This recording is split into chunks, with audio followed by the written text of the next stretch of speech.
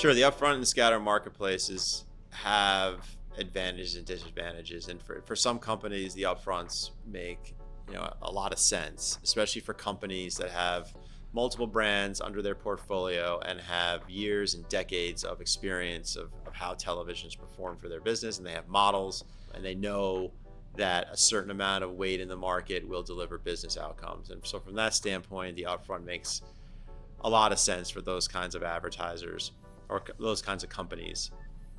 The scatter marketplace makes a lot of sense for brands and marketers who are thinking about their brand but also performance and want to be able to really tie off in a new way how their television drives business outcomes. And so perhaps they don't have historical norms or historical baselines of how much they need in market, but they know their business is scaling.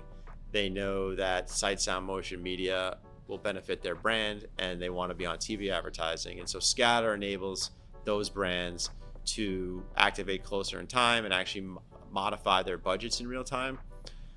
The challenges and what that means is that for these types of advertisers, while there are advantages for scatter, there are certainly drawbacks versus the upfront. And so when you're considering scatter, it's really important to bring in partners that can kind of assess that marketplace for you, bring more value to what you're actually trying to do with your campaigns, and really understand what that value is versus what upfront advertisers already know to be true.